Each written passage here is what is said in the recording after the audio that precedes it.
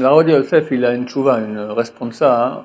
Hein. Est-ce qu'on a le droit de compter les dates d'après le calendrier euh, civil, c'est-à-dire, je veux dire, Julien grégorien. C'est Jules César qui l'a fondé et le pape Grégoire au XVIe siècle, il l'a modifié parce qu'il y avait 11 jours de retard sur, sur la réalité astronomique. On appelle ça le calendrier julien grégorien. Elle répond que oui, parce que la question, elle est où serait le problème? C'est qu'on compte, il semblerait qu'on veut compter depuis la naissance de ce monsieur-là, qui est né en l'an 0. Alors, elle prouve que c'est faux. Jésus n'a pas vécu à cette époque-là, c'était bien avant, au temps de Rabbi Yehoshua ben Prachia, c'est une invention, d'accord, une invention. Donc on peut compter sur une date d'une invention. Il n'y a pas de problème à dire à quelqu'un bonne année, ni à compter d'après le calendrier civil, comme tu dis. Néanmoins, il faut savoir qu'il y a des influences négatives de certaines planètes sur nous. Par exemple, il est écrit celui qui est né. Il y a donc 7 planètes du système solaire qui sont 9.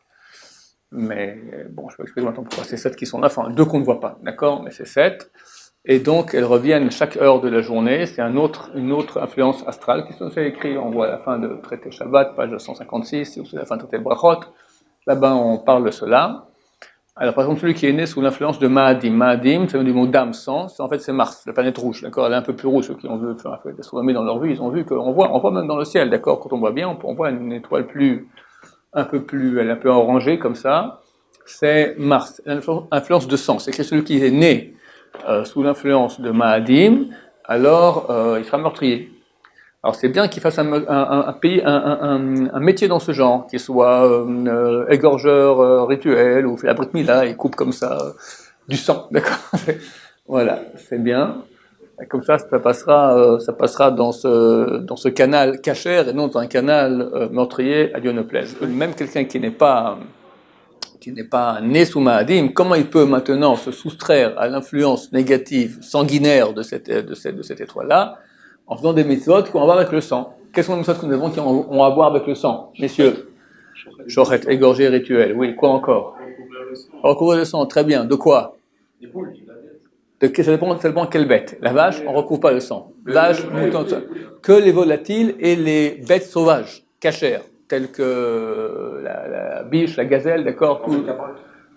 Caparotte, c'est donc les volatiles. Les volatiles et les animaux non domestiques, les animaux sauvages cachères, on doit, il me assez de la Torah, de recouvrir le sang avec du sable, de la terre. Influence négative de Saturne, appelé Shabtai, qui rend triste. Quel mois Pardon? Ça correspond à un mois particulier du calendrier? Non, chaque heure c'est une autre influence. Quelqu'un est né à cette heure-là, boum. Celui qui est né sous l'influence négative, non pas que né, nous tous avons une influence négative de Saturne. Saturne, c'est la tristesse, d'accord? Quelle est la mitzvah qui va nous permettre de soustraire cette influence négative de la planète Shabtai? C'est le Shabbat. Shabbat qui est un jour de joie énorme, d'accord? On ne peut pas ne pas être en joie à Shabbat. En soi, c'est la joie, le Shabbat. Il y a encore, alors pourquoi je raconte tout cela? Il y a l'influence négative de la Lune. Bien que ce n'est pas une planète, mais elle fait partie des sept astres, d'accord? Je ne sais pas comment on appelle cela, d'accord? La Lune est appelée Dalla. Dalla, c'est pauvre. C'est l'influence de pauvreté. Alors, celui qui ne veut pas être pauvre, qu'est-ce qu'il faut faire? Il est bien de faire des choses qui sont relatives à la Lune. C'est quoi? C'est Birkat Alvana. Et il y a aussi le fait de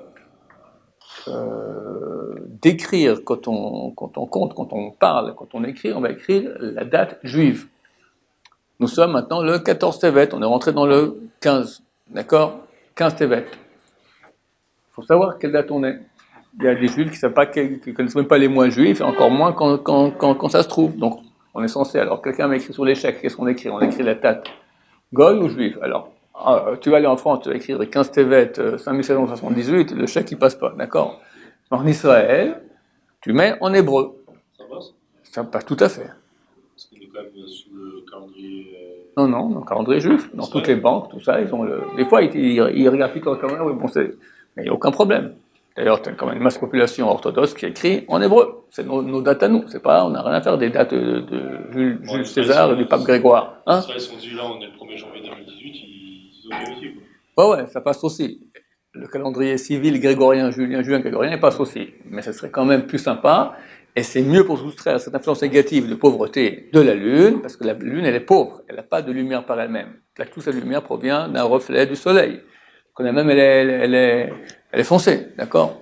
Donc, ça vaut la peine d'apprendre, et en tout cas en Israël, ou quand on est en contact avec des Juifs, de parler en date juive.